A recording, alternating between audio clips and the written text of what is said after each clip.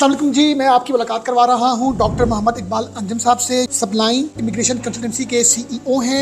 आज मैं इनसे डिस्कस करने जा रहा हूँ कि स्टूडेंट वीज़ा के हवाले से क्या क्या ऑप्शंस हैं। मुझे बताएं कि स्टूडेंट के लिए कितने जो वर्किंग आवर्स हैं वो अपनी स्टडी के साथ ये बड़ा खूबसूरत आपने सवाल किया है। डॉक्टर साहब, पहले होते थे 20 आवर्स पर वीक। उससे स्टूडेंट का कुछ नहीं बनता था। और दूसरा ये था कि अंडर द टेबल बच्चे काम करते थे, गवर्नमेंट को टैक्स नहीं जाता था। एम्प्लॉयर जो है अपना पैसा बचाता था कि मुझे कम पैसे पे करने पड़ते हैं, और स्टूडेंट को भी कम पैसे पे करता था। गवर्नमेंट को जब पता चला कि एक्सप्लॉयटेशन हो रही है स्टूडेंट की, तो उन्होंने बहुत खूबसूरत they took a very beautiful step.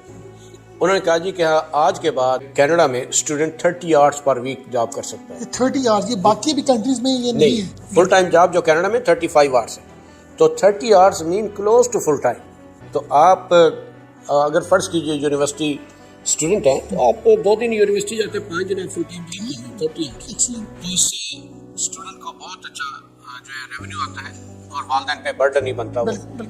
मुझे थोड़ा सा प्रोविंसेस का बताएं, क्योंकि लोगों के लिए ये भी सिलेक्शन करना कि हम किस प्रोविंस में हम अपनी यूनिवर्सिटी की सिलेक्शन करें, तो वो कोई आप 2-3 रिकमेंड कर सकते हैं। अच्छा, ये कैनेडियन जो है इतने वाइज पीपल हैं, they are so wise and smart people. उन्होंने तकसीम ऐसे किया हुआ है इसको, इसकी तकसीम ऐसी है कि हर सूबे को किसी न किसी नेमत से मुनव्वर किया हुआ है, मुज़य्यन किया हुआ है। 2-3 एग्जांपल्स जी मैं आपको मिसाल देता हूँ। इसका मतलब ये कि आप कहीं पर भी एडमिशन ले लें तो वो आपको कहीं ना कहीं उसकी कुछ ना कुछ खूबसूरतियाँ मिल जाएंगी। मसलन आप हमारा अंटारियो का प्रोविंस है, सबसे खूबसूरत सूबा ये समझा जाता है। अंटारियो के साथ एक डेवलपिंग प्रोविंस है, डेवलप्ड है, फुली डेवलप्ड है, बेहतरीन खूबसूरत सूबा है, लेकिन कम लोग जाते हैं, और वो है मैनीटोबा का।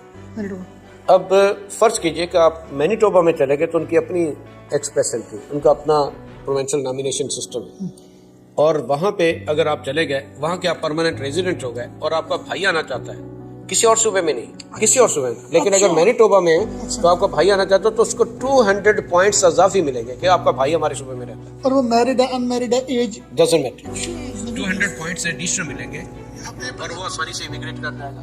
अच्छा, इसी तरह कोई ना कोई मतलब एडवांटेजेस हैं। जी बिल्कुल बिल्कुल। तो एक आधा और बताएं जरा। अच्छा, एक और मैं आपको बताता हूँ।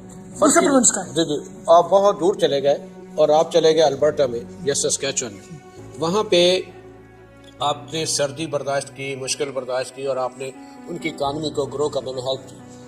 अब हुआ क्या कि उन्होंने कहा कि as a reward he should be given something. तो वो कहते हैं जी आप चूँकि यहाँ पर हैं, आपका भाई या बहन आना था, 100 नंबर की उनकी 600 पॉइंट्स की है एक्सप्रेस एंट्री इमिग्रेशन की, लेकिन वो कहते हैं 600 पॉइंट्स ये और 600 पॉइंट्स हैं प्रोविंशियल नॉमिनेशन के। वो कहते हैं जी कि अगर आपका भाई या बहन हमारे पास आना चाहता है कोई, तो हम इसको अजाफी पॉइंट देंगे, 100 नंबर की, उनके 100 नंबर की है जी एक्सप्रेस एंट्री, उसमें से हम लोग आपको 20 अजाफी देंगे। तो अब 20 पॉइंट 100 में से बढ़ गए, तो आपके तो 20% अप हो गया, तो बहुत ज़्यादा ऊपर चला जाता है आपका मेरिट। मसलन ये कि आपके 63 पॉइंट्स बनते हैं, आपने FA किया हुआ है, तो 10 100 बन गए, तो 73 आ गए, आप क्वालिफाई करते हैं। दूसरा जो है PhD उसने की हुई है, लेकिन उसका वहाँ कोई नहीं, उसके 70 बनते, वो नहीं क्वालिफाई करते। बिल्कुल बिल्कुल। तो ये हर सूबे में कोई ना कोई खूबसूरती रखी हुई है। मुझे बताएं, जाते जाते थोड़ा सा ये एडवाइस करें कि जो स्टूडेंट्स हैं उनको ग्रेजुएशन के हवाले से वहाँ पर जाना चाहिए या मास्टर्स के स्टडी के हवाले से जाना चाहिए, क्या आप रिकमेंड करते हैं?